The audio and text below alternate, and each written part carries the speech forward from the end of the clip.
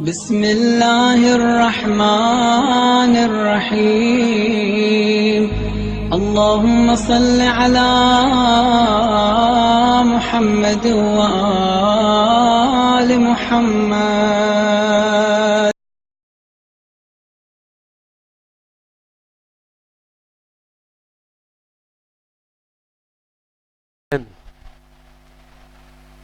Gloire à Dieu qui nous a tirés de nos couches ce matin et nous a donné la force de nous rassembler en ce lieu pour célébrer la noble naissance du sceau des prophètes, la meilleure des créatures, Mohammed, que la paix et le salut de Dieu soient sur lui ainsi que sur sa noble descendance et ses fidèles compagnons.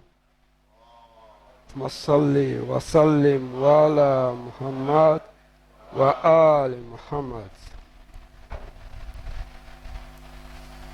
Que Dieu, l'exalté, nous protège contre Satan, qu'il a renié, qu'il a répudié du simple fait qu'il a contesté la valeur que Dieu a accordée à notre père Adam. Cela est la preuve de l'amour de Dieu à l'égard de l'humanité. Puisse l'Éternel trouver ici, en cette cérémonie, un signe de notre reconnaissance à sa majesté et à sa miséricorde infinie qui commence par la vie, laquelle vie nous donne droit à un paradis après la mort. Chers frères et sœurs en islam, que la paix du Seigneur soit avec vous, que la paix du Seigneur soit avec nous et que il dilate nos poitrines et facilite notre tâche. Je remercie les personnes qui ont porté leur choix sur ma modeste personne pour cette contribution.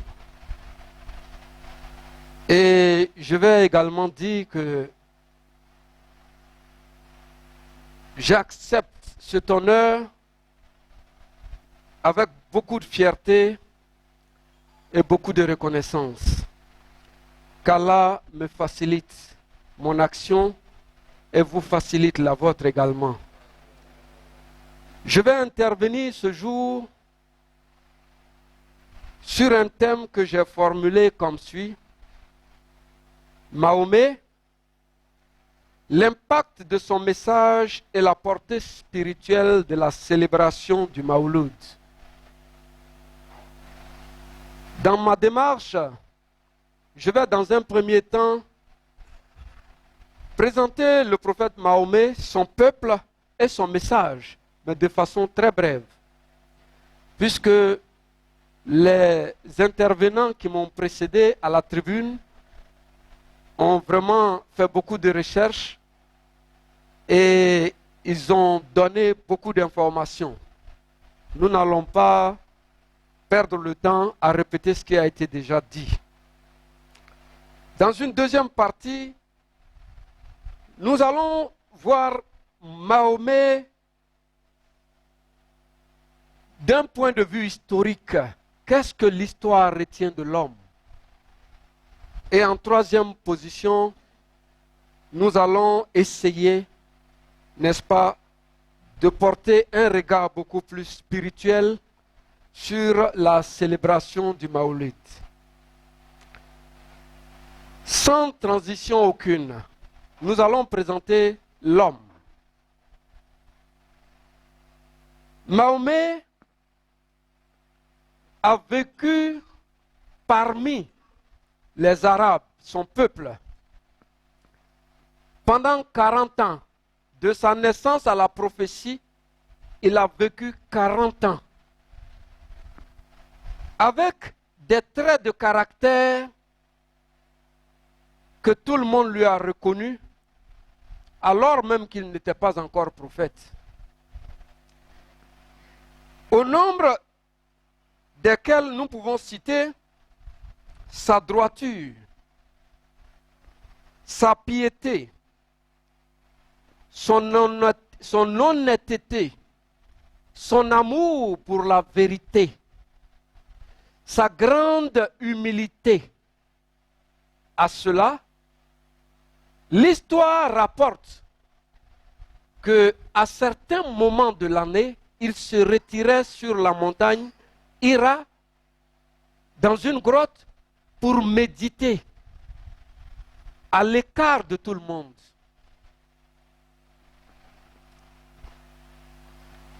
Voici présenté l'homme avant la prophétie.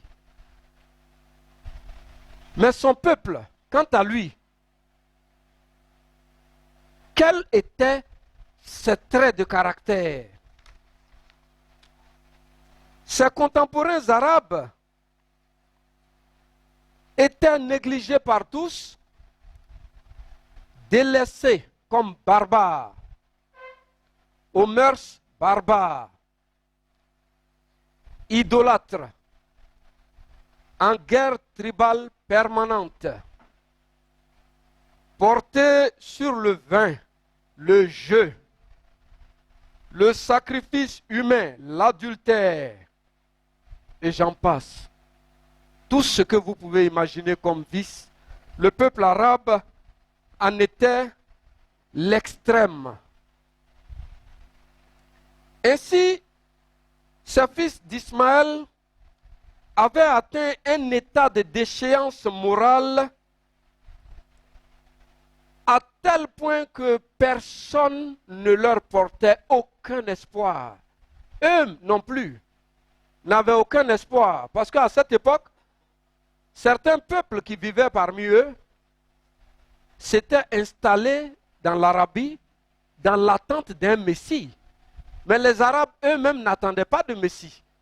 Ça, c'était le dernier de leurs soucis. Ça veut dire que c'était un peuple qui était dans l'abîme de l'ignorance. Allahumma salli wa sallim wa ala Muhammad wa ali Muhammad. Chers frères et sœurs, voici planté le décor, l'homme et son peuple. Au vu donc de ce qui précède, il est clairement établi que Mahomet était le contraire de ce qu'était son peuple. Malgré cela, bien avant qu'il ne bénéficie de la miséricorde de la prophétie, il jouissait déjà d'une réputation exemplaire parmi ce peuple mécréant. Ses qualités morales nous permettent de dire que sans être prophète, il a montré des nobles valeurs de la serviabilité et de la sociabilité.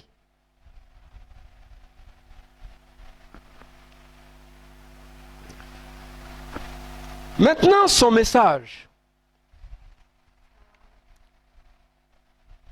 Du fin fond de cette Arabie,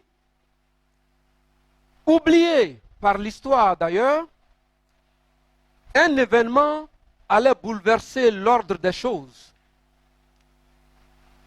Ainsi, à l'occasion d'une de ses retraites spirituelles, il a reçu la révélation divine, faisant de lui le sceau des prophètes. Et son message s'exprimait en ces termes. J'atteste qu'il n'y a de Dieu que Dieu l'unique et que Mahomet est son messager. Cette attestation de foi fut l'introduction d'une philosophie révolutionnaire qui allait déboucher sur un changement radical de la façon de penser de parler et d'agir de ce peuple mécréant.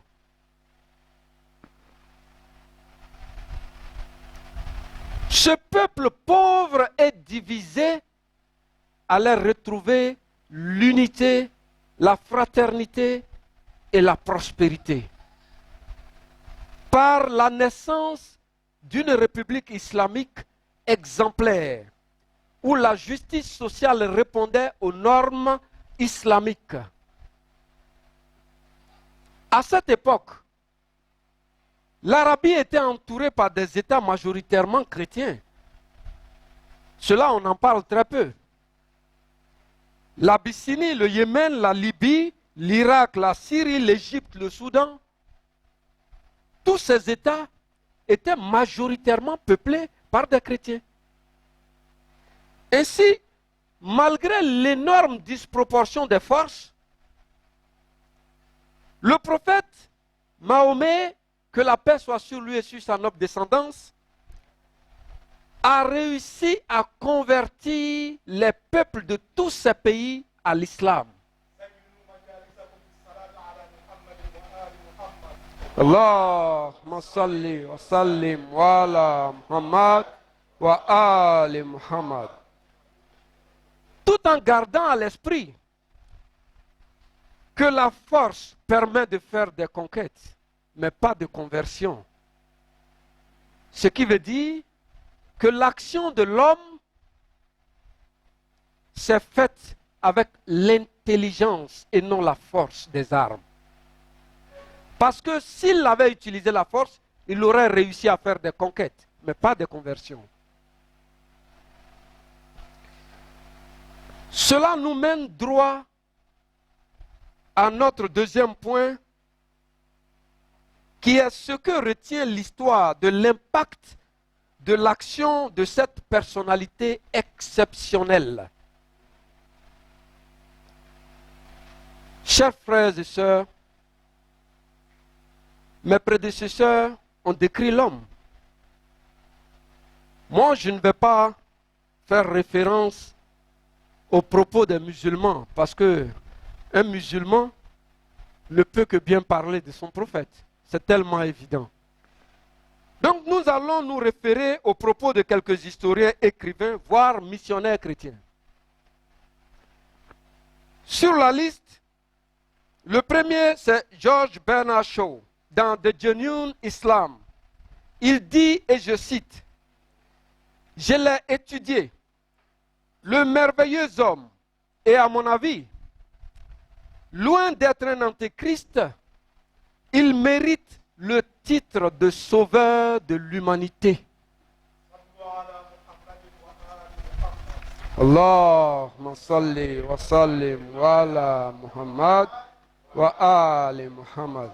Quant à Alphonse de Lamartine, qui dit dans Histoire de la Turquie, tome 1, si la grandeur du dessein, la petitesse des moyens et l'immensité du résultat sont les trois mesures du génie de l'homme, qui osera comparer humainement un grand homme de l'histoire moderne à Mahomet?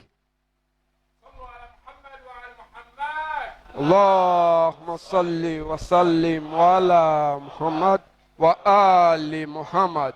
Et de poursuivre.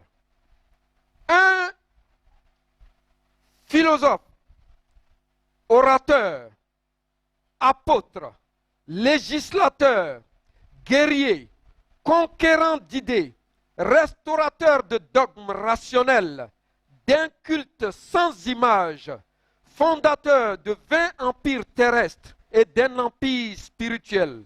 Voilà Mahomet, à toutes les échelles où l'on mesure la grandeur humaine, quel homme fut plus grand?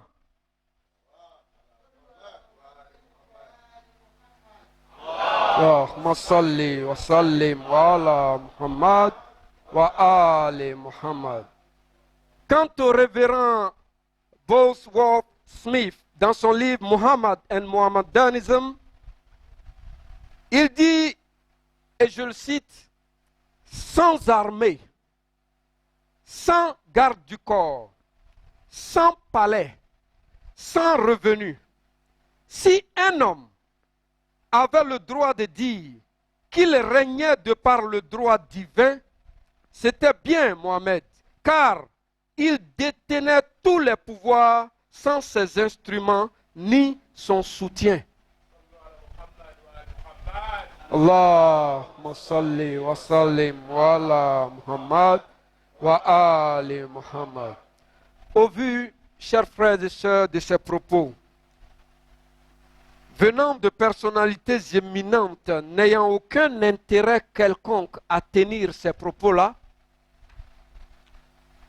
pour la simple raison qu'elles ne sont pas de la communauté de Mohammed, nous pouvons en déduire que si nous avons assisté à un phénomène sans précédent dans l'histoire de l'humanité, si l'islam en quelques années s'est propagé dans le monde d'alors à une vitesse fulgurante, sans être forcément une puissance militaire redoutable, c'est à n'en point douter du fait des qualités humaines exceptionnelles du prophète Mohammed, que la paix soit sur lui et sur sa noble descendance, dont l'axe principal est l'intelligence. À ce propos, Napoléon Bonaparte a dit: l'islam est la vraie religion. Et il a ajouté: plus les gens liront et deviendront intelligents, plus ils se familiariseront avec la logique et le raisonnement. Ils abandonneront les idoles ou les rituels qui supportent le polythéisme et ils reconnaîtront qu'il n'y a qu'un seul Dieu. Et par conséquent, j'espère que le moment ne tardera pas où l'islam prédominera le monde, car il prédominera le monde. Fin de citation.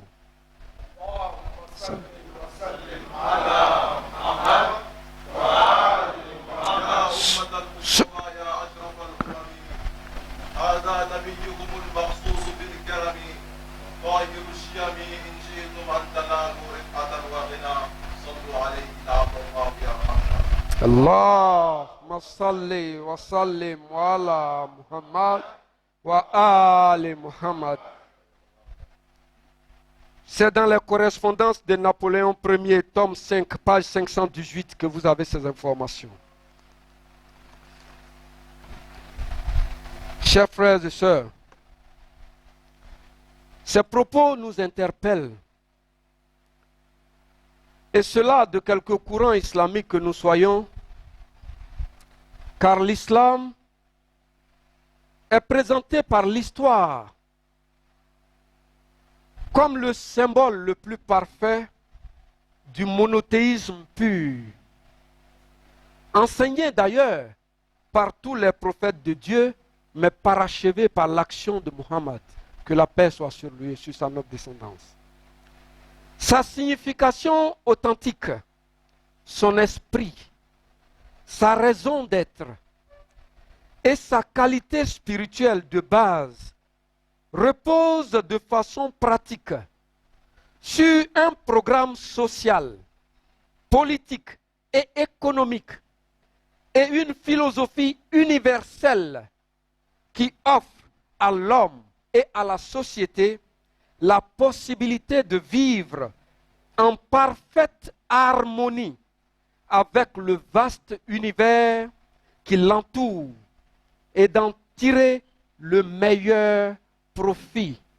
Contrairement à ceux qui veulent en faire une existence passive et formelle ou une simple relation entre l'homme et son Seigneur, reniant de ce fait la relation horizontale au profit d'une relation verticale entre la créature et le Créateur. Chers frères, chères sœurs, Cette analyse nous conduit à rechercher la portée spirituelle de la célébration de cette noble naissance. Au vu de ce que disent les non-musulmans, des qualités exceptionnelles de notre prophète, que peuvent dire de plus les musulmans, s'il vous plaît? Que peuvent dire de plus?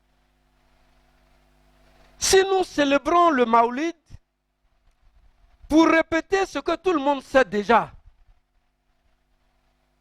cela serait dommage.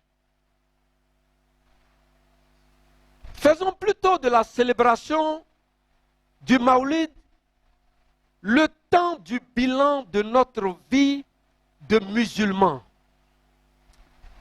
afin de corriger ce qui peut l'être, dans l'optique de la paix et du bonheur de toute l'humanité. Car dans cette mission, les musulmans ont une responsabilité énorme en tant que les héritiers de la terre. Nous profitons à juste titre de cette tribune que nous offre la célébration de cette noble naissance pour partager avec vous, en toute humilité, bien entendu, notre vision de l'islam et notre approche de la célébration de la naissance de notre prophète. Car pour nous, célébrer le Mawlud, ou le Maoulid, s'il vous plaît, c'est de célébrer l'excellence dans la pensée, dans la parole, ainsi que dans le comportement. Valeurs enseignées par Mahomet et incarnées par lui. Aujourd'hui, si nous proclamons en théorie ces valeurs à la face du monde, en sommes-nous l'incarnation à l'image de notre prophète? Si oui, nous sommes dignes de célébrer le Maoulid. Sinon, alors, demandons-nous des comptes et retrouvons en nous les obstacles qui nous en empêchent, afin de trouver les moyens de les briser et atteindre le mérite de cette célébration. Car célébrer la naissance de Mahomet, c'est célébrer la lumière qui dissipe les ténèbres. La lumière qui est le symbole de la connaissance et du savoir, et les ténèbres le symbole de l'ignorance. Mais s'il vous plaît, si nous sommes musulmans, lequel des deux symboles nous incarne-t-il? Sommes-nous suffisamment outillés par la science et la détermination à la serviabilité? Quelle est notre contribution dans le développement de notre nation, ainsi que dans la réalisation du bien-être de nos compatriotes, de quelque nation que nous soyons? Oui, la lumière procure la guidance, tandis que les ténèbres conduisent à l'égarement. La lumière mène au bonheur ici-bas et au paradis éternel dans l'au-delà. Les ténèbres nous mènent au malheur ici-bas et à l'enfer dans l'au-delà. Au vu de ce qui précède, il est clair que le seul combat légitime qui s'impose aujourd'hui à tous les musulmans, c'est la lutte contre l'ignorance. Et la célébration du Maoulid devrait répondre à ce combat. Je fais sur ce point la parenthèse pour dire merci au Cheikh Ibrahim pour l'initiative de cette célébration, parce que nous sommes ici au sein d'une université islamique qui voudrait nous aider à une telle mission. Que le Seigneur vous aide, nous aide et nous permette d'atteindre ces objectifs si importants pour le reste de l'humanité. Alors, si nous aspirons un jour à l'union de tous les musulmans du monde, à l'union de l'humanité qui est la famille de Dieu, privilégions la bonne formation et la bonne éducation de nos enfants qui sont l'avenir de notre communauté. Car dans nos rangs, chers frères et sœurs, l'ignorance a fait assez de dégâts et continue d'en faire davantage. Chers frères, chères sœurs, n'est-ce pas Mahomet qui nous a demandé de rechercher la connaissance du berceau à la tombe? N'est-ce pas lui qui libérait des prisonniers de guerre à la condition qu'ils enseignent des musulmans analphabètes? N'est-ce pas encore lui qui a proclamé à des occasions solennelles que le meilleur des musulmans est celui qui est le plus utile aux autres? Mais comment pouvons-nous être utiles aux autres? Comment pouvons-nous être des acteurs compétents du développement de nos pays respectifs sans une bonne formation et une bonne éducation? N'est-il pas clairement établi pour nous, les musulmans contemporains, que notre meilleur investissement est la formation et l'éducation de nos enfants? Enseignons donc cette vérité universelle autour de nous, car l'ignorance est la porte de toutes les déviations humaines et la cause de toutes les divisions qui existent entre les musulmans et par ricochet entre les humains. Seule la science libère. Libérons-nous donc du suivisme et du conformisme aveugle en recherchant la science et la connaissance de notre religion. Nous voudrions également, à la lumière de la célébration de cette noble naissance, rappeler à tous que nous ne devons jamais condamner les autres en faisant d'eux les responsables de nos malheurs. Car si notre bonheur dépend des autres, jamais nous ne serons heureux. Nous ne devons rejeter aucune idée sans avoir tous les éléments d'information nécessaires afin de nous forger une opinion éclairée et argumentée, car la pureté de notre foi en dépend. Oui, seule la science peut créer une barrière infranchissable devant la progression de l'extrémisme religieux qui dégrade en ce moment même l'image de l'islam et celle des musulmans contemporains.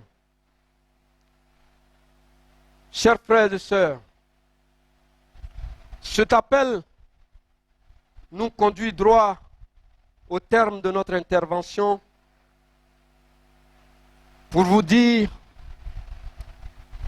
que s'il est vrai, et cela est vrai, que c'est par l'islam que le peuple arabe a réussi à sortir des ténèbres pour retrouver la lumière et la propager au-delà de ses frontières. Si c'est également grâce à l'islam que ce peuple barbare devint le modèle et le moteur d'une civilisation de progrès scientifique et de développement social harmonieux.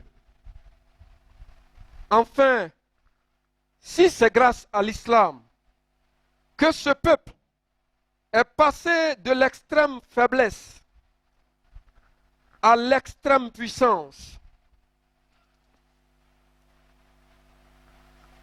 afin d'obtenir tout ce respect que l'histoire lui accorde, il n'y a donc pas de raison que nous, peuple noir d'Afrique, ne puissions pas nous relever de notre situation de pauvreté et de sous-développement en nous appuyant sur les fondements de notre foi islamique. Car notre religion, dans sa forme authentique, a prouvé l'extrême sagesse et enfin de l'extrême pauvreté à l'extrême richesse. Si un tel bond qualitatif a pu se faire par une bonne formation et une bonne éducation du peuple arabe, il peut se faire en Afrique noire et partout ailleurs dans le monde. Il nous appartient donc de revoir notre conception de la religion et la place que nous lui donnons dans notre cœur, ainsi que dans notre vie, tant individuellement que collectivement. Enfin, gardons à l'esprit que l'homme est libre de choisir la voie de la raison ou de l'errance, mais qu'il n'est nullement libre face aux conséquences de son choix. Allahumma salli wa sallim wa ala Muhammad wa ali Muhammad. Pour cette raison, si nous avons choisi d'être musulmans, si nous sommes musulmans, soyons musulmans à raison. Si nous célébrons n'importe quel événement religieux, faisons-le à raison. Arrêtons de faire de nos célébrations religieuses de simples manifestations folkloriques ne répondant qu'à de vils objectifs de conformisme. Car si nous limitons nos célébrations religieuses à de tels objectifs légers, nous donnerons raison à ceux qui en font des actes interdits. Que celui qui veut croire, croit. Que celui qui veut renier, renie. Sourate la caverne, verset 29. Sur ces termes, je vais clore mon propos. Est bénéfique et qu'il agrée. Qu'il nous donne un savoir utile et nous rende utiles à l'ensemble de la création.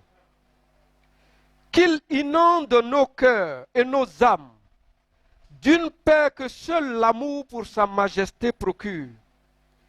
Qu'il répande sa grâce ainsi que sa miséricorde infinie sur le prophète de la miséricorde Muhammad ainsi que sa sainte famille. Qu'il fasse de nous des musulmans pieux et sincères et qu'il nous donne une progéniture bien guidée. Qu'il fasse de nous des solides courroies de transmission de sa miséricorde à l'ensemble de la création.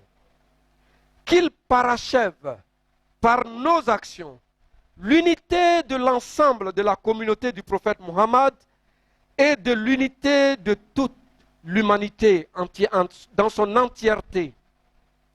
Que la paix soit sur l'ensemble de la création par laquelle Dieu nous donne accès à sa sublime et infinie miséricorde qu'est la vie. Que Dieu fasse de nous les acteurs qui entretiennent la vie et non ceux qui sèment la mort. Salam alaikum wa rahmatullahi ta'ala wa barakatuh. Wa salli wa sallim wa ala Muhammad wa ali Muhammad.